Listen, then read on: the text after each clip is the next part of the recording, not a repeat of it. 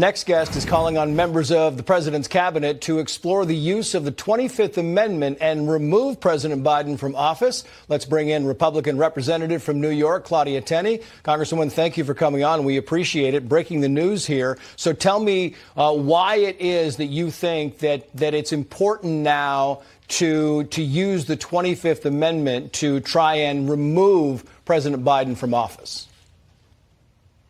Well, first, Trace, I just want to say President Biden needs to be charged or he needs to be removed from office under the 25th Amendment. There isn't a middle ground here. And as some of your prior guests have eloquently explained, the prosecutor has made a reasonable case that Joe Biden, and obviously stated that he actually mishandled, disclosed, and improperly used classified materials. He then said, but, we are judging his personality, and that we don't think that we can get a jury to come to a conclusion on that, which is really not the standard, because he is forgetful and an old man. And he actually also makes a reasonable case that Joe Biden can actually stand trial. So if he can't stand trial, he certainly can't carry out the duties of President of the United States and Commander in Chief of our armed forces. So that's why I think it's one or the other. You either have to prosecute him or he has to be removed under the 25th Amendment. That's why I sent this letter that I penned this evening on the breaking news to Merrick Garland. And so we appreciate you highlighting this, but this has become a long time embarrassing situation. Everyone I talk to cringes whenever we see Joe Biden on the TV and he's struggling. He can't remember things. And it's also shocking what John Liu just pointed out, that he's been mishandling classified documents for such a long period of time, and yet there's no decision to prosecute.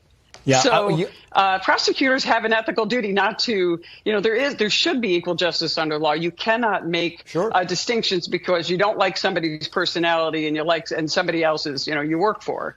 Yeah.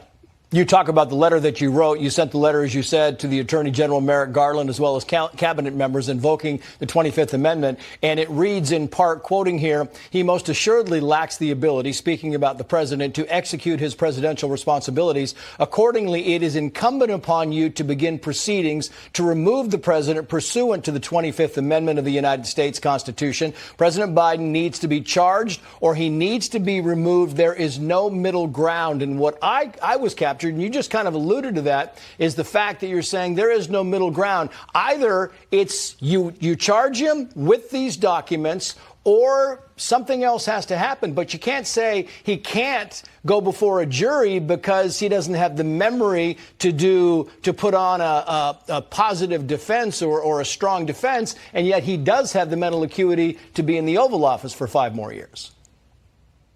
Well, that's exactly it, Trace. If he's not competent to stand trial, which is a reasonable assessment, which they seem to be alluding to, the special counsel, her, then how can he be president of the United States? How can he be competent enough under the 25th Amendment? This is exactly the moment that the 25th Amendment was created for someone who literally cannot carry out the responsibilities. And when you look back and see some of the sensitive documents that he's had in his flimsy garage, with very little security versus what we've seen President Trump holding, in Mar-a-Lago with the constant Secret Service looking over it. And as you distinguished before, Trace, the difference between the president of the United States, who has more immunities than the vice president or a senator, those are the reasons. And that's why you can't have it one way or another. You either remove him or you charge him. It's got to be one or the other.